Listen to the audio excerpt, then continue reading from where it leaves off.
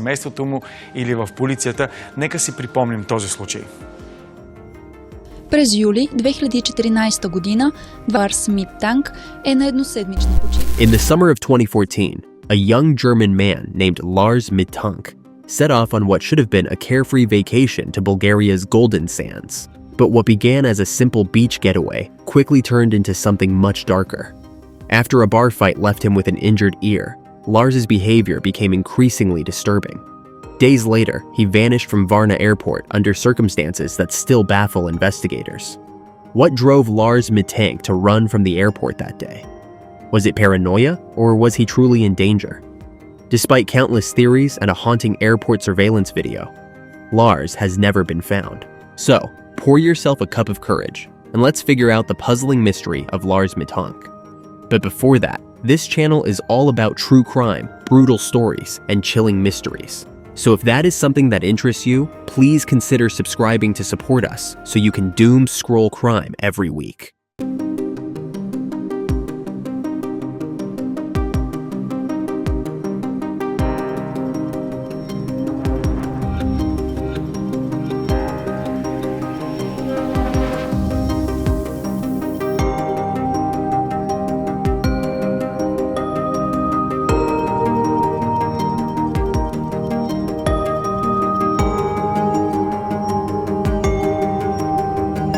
The man in yellow, running like his life was dependent on it, is Lars. He can be seen running until he climbs over a fence, and that was the last time he was seen alive. But what was the reason for his erratic behavior? Was he mentally in a dark place? But before that, let's have a look at his background.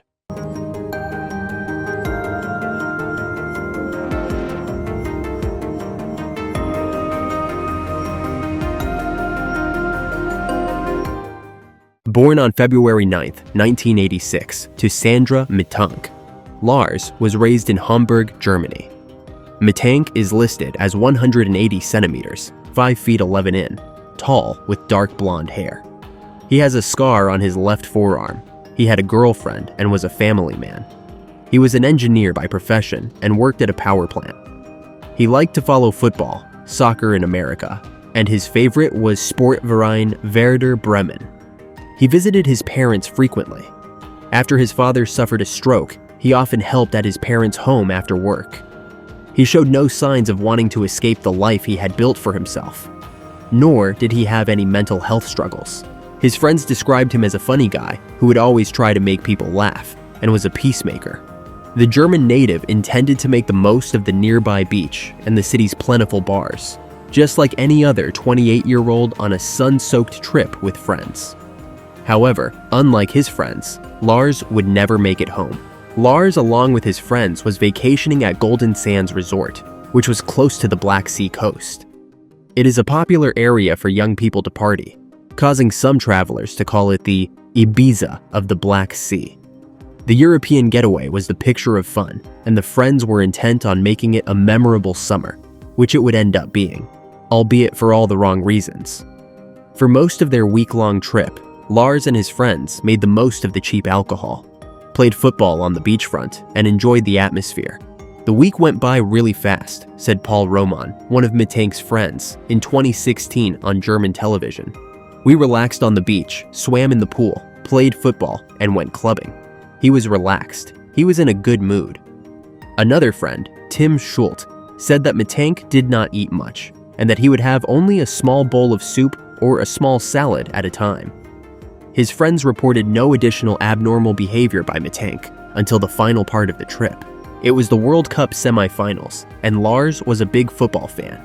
So were many of the other tourists who had made their way to the warmer climates of Bulgaria to watch the sport as it played on big screen TVs in pubs and bars. On day 5 of the holiday, the friends were partying on the beach before heading to watch the football and continue drinking. Lars, a Werder Bremen supporter, decided to have some fun with some Bayern Munich supporters by switching the team's flags around on their tables. Football fans can be passionate about the team they support, so some patrons didn't take Lars's joking too well. This, coupled with the large amounts of alcohol consumed by the fans, led to an altercation between Lars and the opposing fans. Eventually, the group left the bar and headed to a restaurant for some food. Lars, however, took a rain check, telling his friends he wasn't hungry. He said he would go back to the hotel and wait for his friends there. When the group finished their food and returned to the hotel, they were surprised to find that Lars wasn't anywhere to be seen.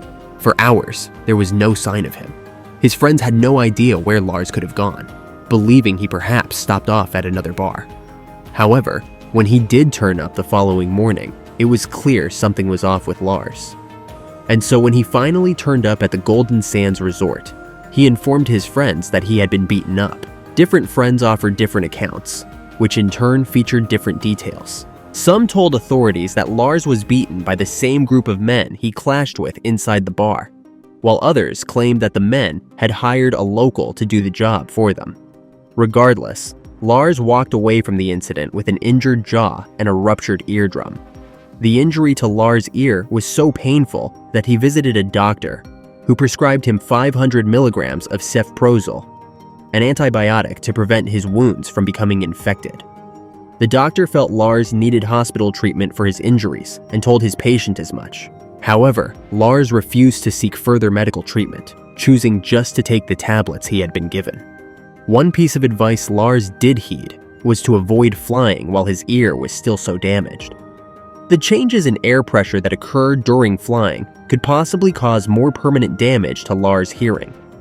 As a result, he decided to hold off heading home for a few days to let his eardrum heal. While some of his friends offered to stay in Bulgaria with him, Lars insisted they take the original flight home on July 7th. Since the group had to be out of the Viva Club hotel by midday that day, Lars had to find alternative accommodation for the rest of his solo stay in Bulgaria. Eventually, he chose the hotel color, which seemed sketchy. The pickings were slim for hotels due to the World Cup taking place, so unless Lars was willing to pay a premium, there were few places for him to stay. The hotel was in an area unfamiliar to Lars, and the surroundings could be described as run down, particularly in comparison to the area he had stayed for the past week. Still, it was cheap, and it was near the airport. Yet, this is where things took a turn. From here, Lars called his mother, Sandra Mittank, and said that he wanted her to block his credit card because he feared it had been copied when he had checked into the new hotel. Several times throughout the night, Sandra spoke with her son on the phone and over text message. She said that he appeared to be extremely worried and paranoid, and during one call, he told her that he was being followed by 4 men. In hindsight, I should have asked him more questions, Sandra has said, but his cell phone was running out of battery, so our final conversation didn't last for long. Lars also asked his mother about a specific ingredient which was in the antibiotics which he had been prescribed. During some of the phone calls, Lars whispered as if he were afraid somebody would overhear him and said that the hotel was strange, and said that he did not feel safe in Bulgaria. Surveillance footage from inside Hotel Color would capture Lars pacing up and down the lobby. It also captured him constantly looking out of the windows and even hiding in the elevator. It was apparent that he was terrified of something or someone, but the only suspicious person ever captured on the surveillance footage was Lars himself. At around 1 a.m., he was captured leaving the hotel for around an hour before returning to his hotel room. It is not known what he did in the intervening period. In the morning, he once again called his mother, telling her that the people pursuing him were getting closer. By the following morning, Lars had become so paranoid that he decided he would try to fly home. Sandra had booked him a flight for that afternoon and also purchased him a bus ticket in case he was unable to fly. She also sent him 500 euros, which he never withdrew. And so, he caught a taxi to the Varna airport. Lars took an early taxi to the airport the next morning. The young woman who was in the taxi with him said she noticed his eyes were extremely dilated and he was acting weird. When he got to the airport, he called his mother again and told her he was happy to be at the terminal. He also reportedly asked his mother to send him 500 euros through Western Union while he was at the airport. Some reports claimed he called his mother a second time and said, "They won't let me leave by flying or driving."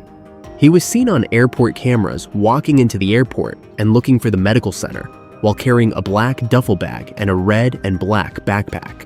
While at the airport, Lars went to the medical center and saw a doctor, Kosta Kostov, for his ear, hoping that he would give him the okay to fly. Lars was with the doctor for approximately 45 minutes.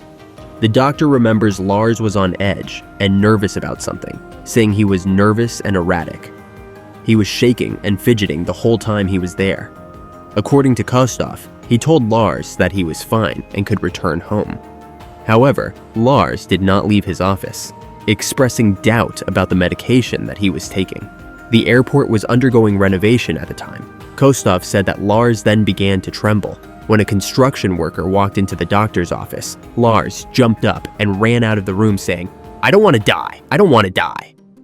Lars left behind all of his luggage, which included his wallet, cell phone, and passport, and ran out of the medical center. Then, in a flash, he ran out of the terminal without his luggage, as if someone or something were chasing him.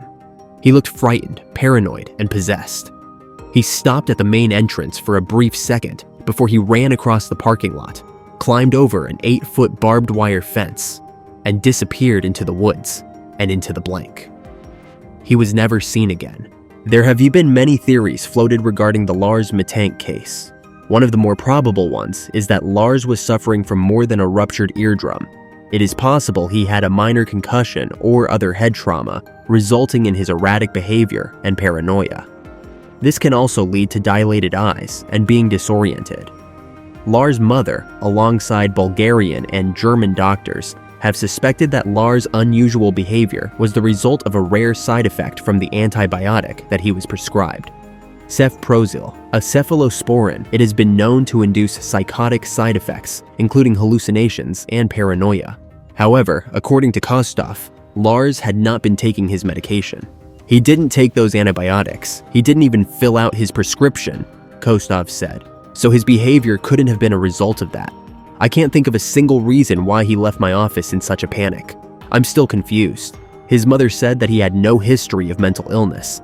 However, a mental breakdown caused by an undiagnosed mental illness has been discussed as a possible explanation for his conduct. Other theories have speculated he was possibly involved with drugs while on holiday. They say he could have been a drug mule, and the guys that he claimed attacked him and wanted to kill him were drug dealers. It is possible he could have simply been taking drugs as well, resulting in his erratic behavior and paranoia. Another theory in this vein posits he was murdered by drug dealers.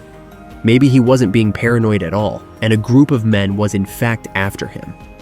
It is possible they found him away from the airport and did something to him. There is no recorded history of Lars being a drug user, however. It is also unknown what happened to Lars after he fled the airport. With the police unable to determine Lars Mittank's fate, Sandra Mittank hired a private investigator, Andreas Gutig. He checked hospital records for patients without identification, but found nothing. Lars had experience in hunting, fishing, and trapping, but there is skepticism about whether he would have been able to survive for long outdoors due to intense heat in the summers and lack of food. Maybe Lars started over, but there was no reason for him not to go home. He was close with his parents. He wouldn't have done that to them.